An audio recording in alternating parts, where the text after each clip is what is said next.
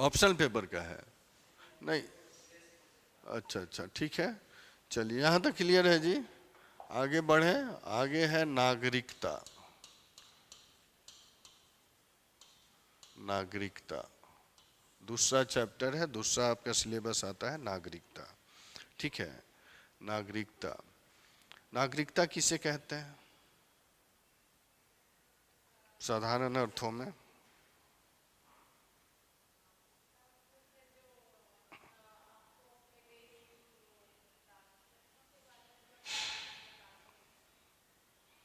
ठीक है ठीक है ठीक है, बोलिए। जो भी कमेंट भी ले लूं इन लोगों का। हाँ जी, आप लोग बताएंगे, कमेंट करेंगे जो लाइव हैं।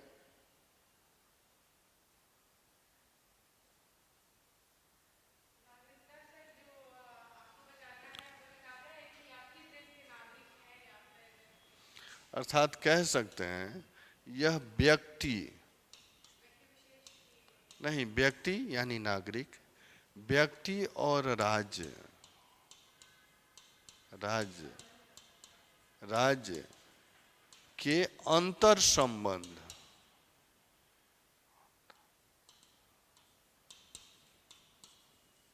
ठीक है, अंतर संबंध, व्यक्ति और राज्य के बीच जो अंतर संबंध हो उसको निर्देशित करता है। नहीं, अर्थात कह सकते हैं व्यक्ति के अधिकार को यह बताता है कि व्यक्ति का अधिकार क्या है राज्य के अंतर्गत। नहीं, शाब्दिक अर्थ में देखें कि व्यक्ति और राज्य के बीच अंतर संबंध को बताता है, स्थापित करता है। और व्यक्ति का अधिकार क्या है, व्यक्ति का दायित्व क्या है राज्य के प्रति और राज्य के अंदर, इसको निर्देशित करता है, उसको नागरिकता कहते हैं। नहीं, अर्थात व्यक्ति के अधिकार के साथ साथ व्यक्ति के दायित्व को भी निर्देशित करता है। ये क्या करता है? पहला अधिकार, अधिकार को निर्देशित करता है कि क्या अधिकार है राज्य के अंदर, और फिर व्यक्ति का अधिकार के साथ साथ दायित्व भी तो होगा कि आप सिर्फ किसी निकाय पर, किसी वस्तु पर अपना अधिकार ही समझेंगे, अपना दायित्व नहीं समझेंगे, तब तो आप उसके प्रावधान के बियॉन्ड जा रहे हैं। नहीं, तो ये निर्देशित करता है कि इसका अधिकार क्या है और इसका दायित्व क्या है राज्य के प्रति, राज्य के प्रति उसका कर्तव्य क्या है। उसके अंतर संबंध में उसके कर्तव्य भी आते हैं, यानी उसका कर्तव्य है राज्य के निर्देशों का, राज्य के प्रति जो संविधान में दिए गए हैं निर्देश, उस निर्देशों का पालन करना। नहीं, इसी को हम सिंपल अर्थ में क्या कह सकते हैं? नागरिकता कह सकते हैं। अर्थात कह सकते हैं नागरिकता जो है एक विधिक अधिकार है। विधिक अधिकार, विधिक अधिकार का अर्थ क्या है? ये राज्य के प्रति जो संविधान में प्रावधान दिए गए हैं उस प्रावधानों को पालन करते हुए जब व्यक्ति अपने अधिकार का डिमांड करता है, इसलिए उसको विधिक अधिकार कहते हैं। नहीं, और विधिक अधिकार के साथ साथ नागरिकता जो है ये राजनीतिक अधिकार भी है जी। नहीं, यानी संविधान में ये प्रावधान भी है कि राज्य के अंदर अगर कोई व्यक्ति जन्म लेता है, नहीं वंशानुगत, तो क्या है वो? उसका राजनीतिक अधिकार है, राजनीतिक रूप से वो क्या है? नागरिक है। नहीं, राज्य उसकी नागरिकता छीन नहीं सकती है। समझ गए ना? अर्थात विधिक अधिकार के साथ साथ क्या है? ये राजनीतिक अधिकार है। और विधिक और राजनीतिक अधिकार को अगर कहेंगे तो ये व्यक्तिगत अधिकार भी हो सकता है उस राज्य के जनता का। ठीक है, अब देखें व्यक्तिगत अधिकार यानी यह अधिकार है राज्य के प्रति, और जब अधिकार व्यक्ति को मिल रहा है तो व्यक्ति का कर्तव्य भी है राज्य के प्रति कि संविधान में दिए गए निर्देशों के हिसाब से व्यक्ति अपने अधिकारों का इम्प्लीमेंटेशन करे। इसके हिसाब से अगर संविधान में दिए गए हैं तो विधिक अधिकार है और उसके साथ राजनीतिक अधिकार है, और दोनों अधिकार होने के वजह से वो व्यक्ति का व्यक्तिगत स्वतंत्रता की बात की जाती है। नहीं, ठीक है, यहां दो शब्द में लिखेंगे। नागरिकता, नागरिकता अनिवार्य रूप से नागरिकता अनिवार्य रूप से एक विधिक संकल्पना है, एक विधिक संकल्पना है। यह एक ऐसी स्थिति को दर्शाती है, यह एक ऐसी स्थिति को दर्शाती है जिसमें किसी व्यक्ति को, एक ऐसी स्थिति को दर्शाती है जिसमें किसी व्यक्ति को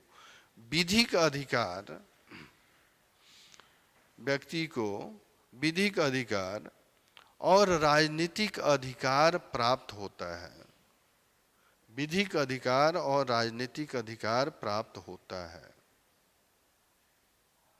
क्लियर है?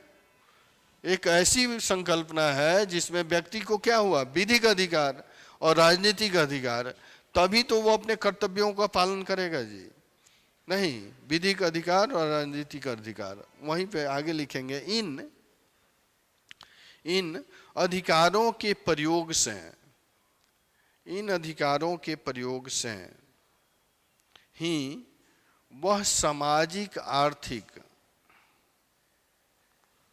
अधिकारों के प्रयोग से ही वह सामाजिक आर्थिक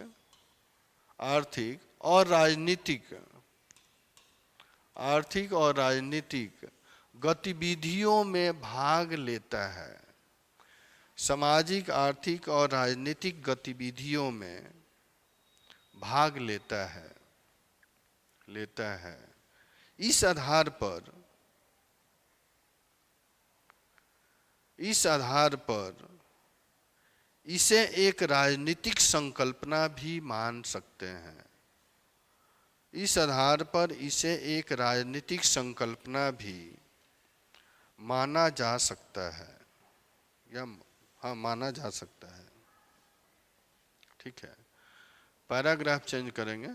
दूसरी ओर राष्ट्रीयता अनिवार्य रूप से, दूसरी ओर राष्ट्रीयता अनिवार्य रूप से एक राजनीतिक संकल्पना है, अनिवार्य रूप से एक राजनीतिक संकल्पना है जो अंतर्राष्ट्रीय स्तर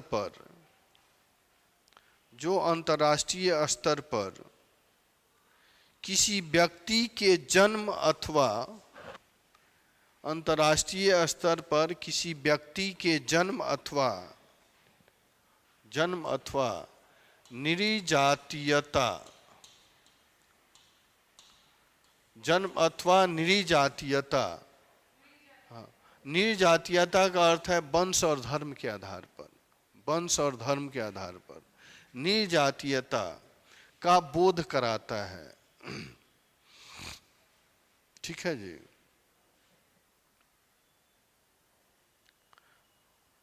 क्लियर है?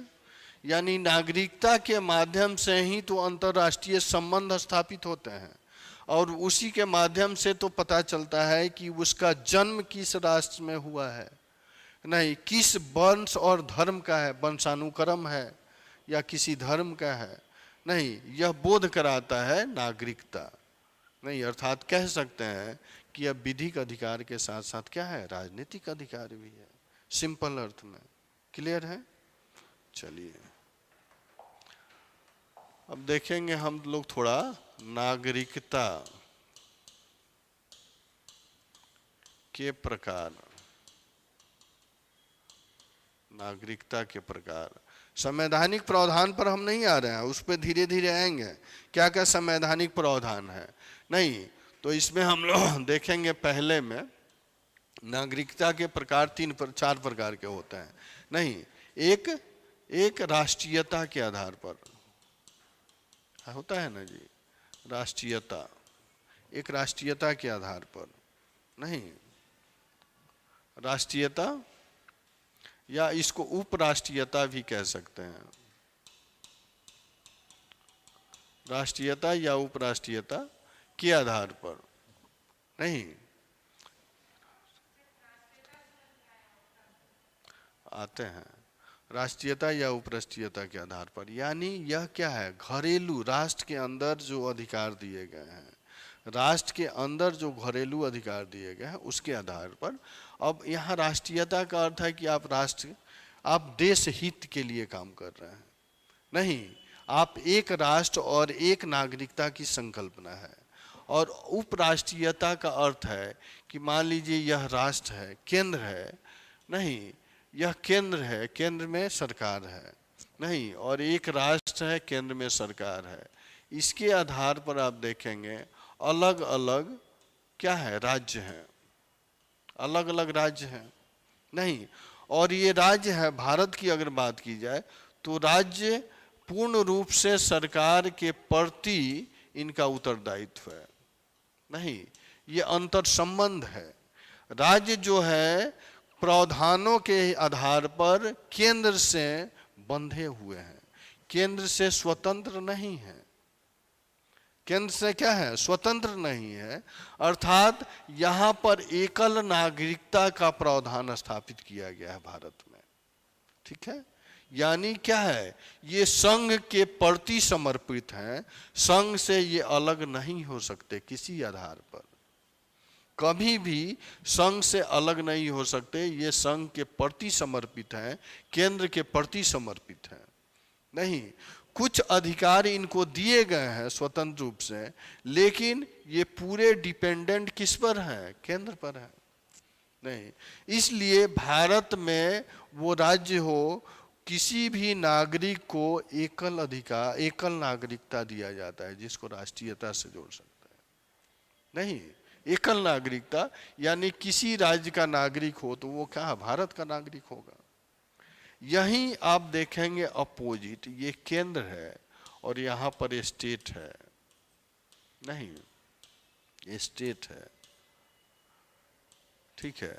तो ये क्या है, ये भारत की संकल्पना है, सब जुड़े हुए हैं। लेकिन यहीं पर देखेंगे कि अमेरिका में इसके उल्टा है। अमेरिका में ये प्रावधान है कि सभी केंद्र से तो जुड़े हुए हैं शर्त के हिसाब से, लेकिन आवश्यकता पड़ने से वो सेंट्रल से ये राज्य जो हैं अलग हो सकते हैं। जितने वहाँ पे स्टेट हैं, यही संकल्पना है, अब सब सपोर्ट कर रहे हैं केंद्र को, प्रावधानों के हिसाब से जुड़े हुए हैं। लेकिन जब आवश्यकता हो, जब उनके अपने निजी स्वार्थ पर वो अगर आघात पहुंचता है, तो ये क्या है, ये केंद्र से अलग हो सकते हैं जी, अलग हो सकते हैं। इसलिए देखिएगा अमेरिका में डबल नागरिकता है, द्वितीय नागरिकता है, एक राज्य को भी नागरिकता देने का अधिकार है और सेंट्रल को भी नागरिकता देने का अधिकार है, नहीं। और हमारे यहाँ ये नहीं है, किसी परिस्थिति में स्टेट जो है ये अलग नहीं हो सकता है, ठीक है। इसलिए उपराष्ट्रीयता इसको कहते हैं और राष्ट्रीयता इसको कहते हैं, ठीक है।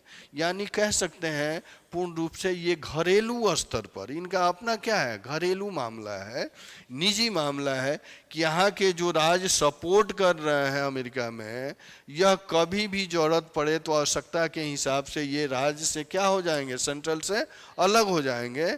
लेकिन अपने यहाँ ये बात नहीं है, अपने यहाँ वो किसी हाल में सेंट्रल से अलग नहीं हो सकते हैं। इसलिए यहाँ के नागरिक भारत के नागरिक कहलाते हैं, एकल नागरिकता है, और अमेरिका के नागरिक जो हैं ये स्टेट के भी नागरिक हैं और सेंट्रल के भी नागरिक हैं, ठीक है। समझ में आया राष्ट्रीयता उपराष्ट्रीयता।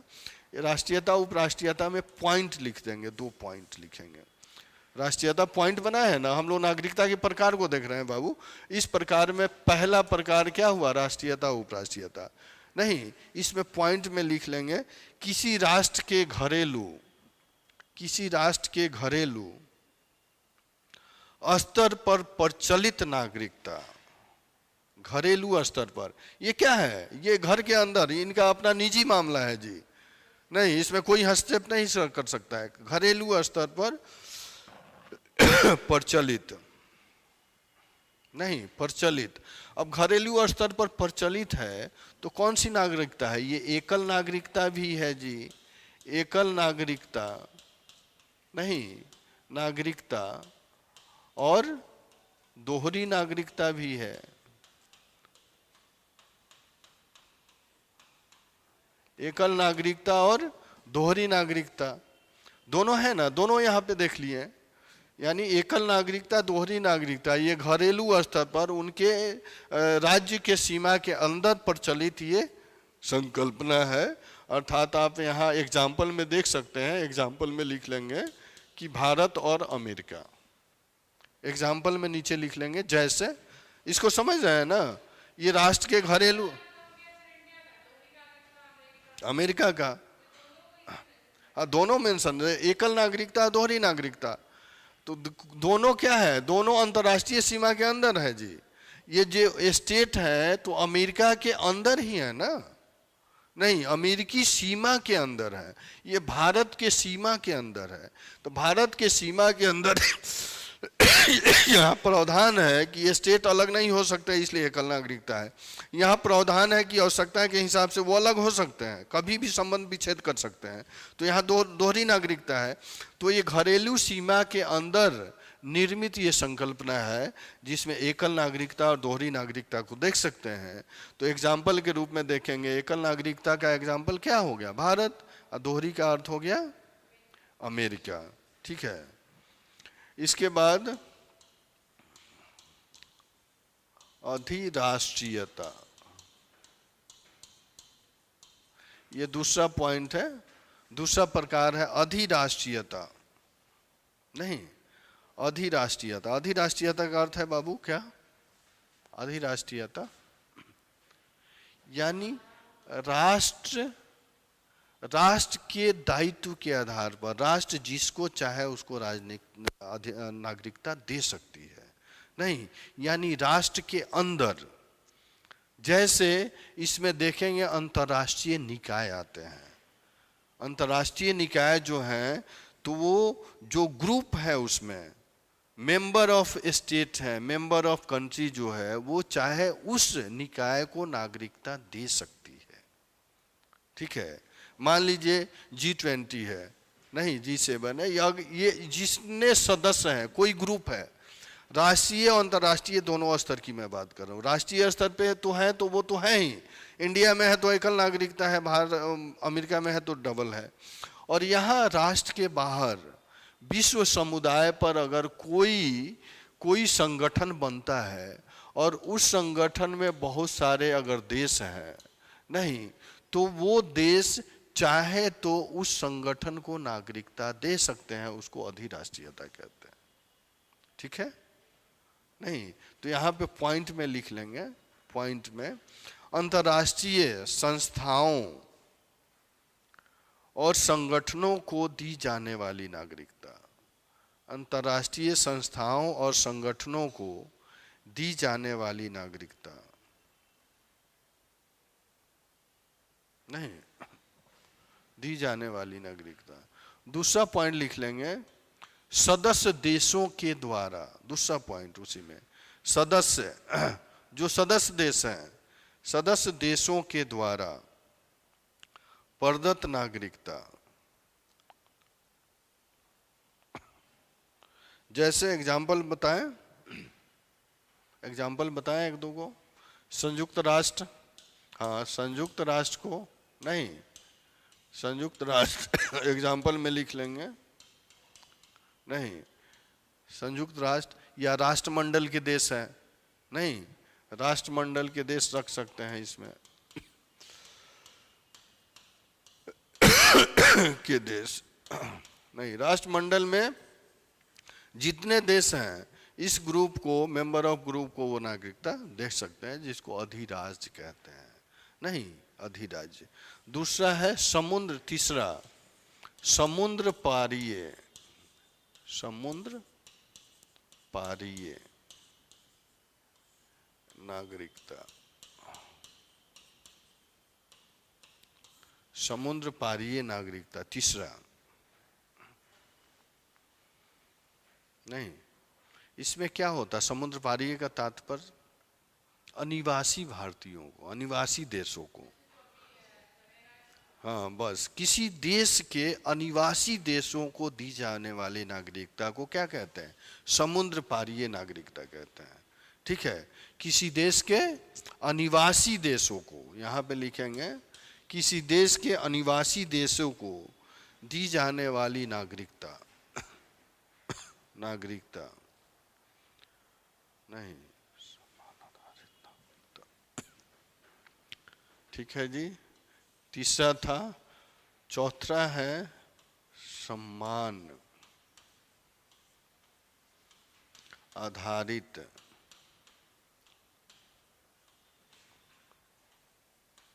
नागरिकता, सम्मान आधारित नागरिकता। ठीक है, चार हम लोग, एक राष्ट्रीयता, उपराष्ट्रीयता, अधिराष्ट्रीयता, समुद्र पारीय राष्ट्रीयता यानी अधिवासी नागरिकों को। चौथा है सम्मान आधारित नागरिकता। सम्मान आधारित नागरिकता का अर्थ क्या है?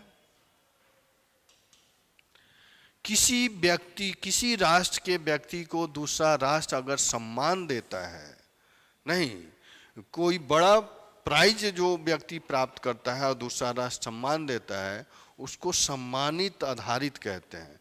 नहीं, और उस आधार पर वह देश चाहे तो उस व्यक्ति को नागरिकता दे सकता है। समझ गए ना?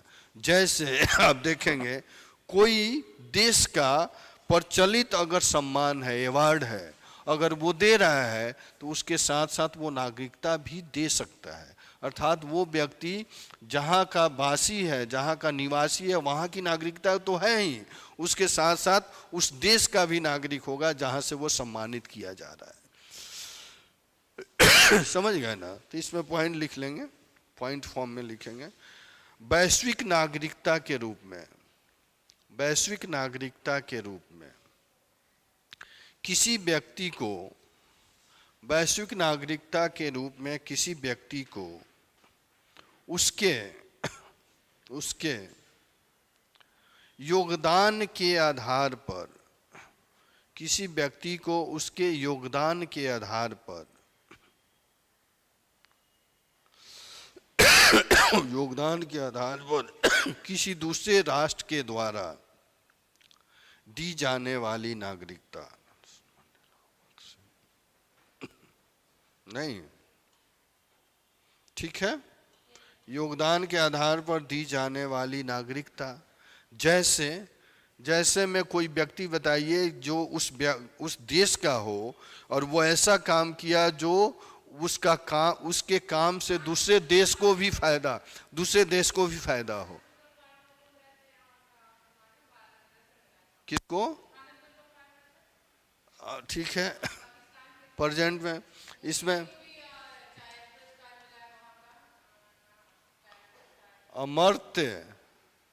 अमर्त्य सेन को रख सकते हैं, अमर्त्य सेन को रख सकते हैं। मोदी को छोड़िए, मोदी को नहीं, ऐसा नाम रखिए कि जो पूरा वैश्विक स्तर पर उसका नाम हो।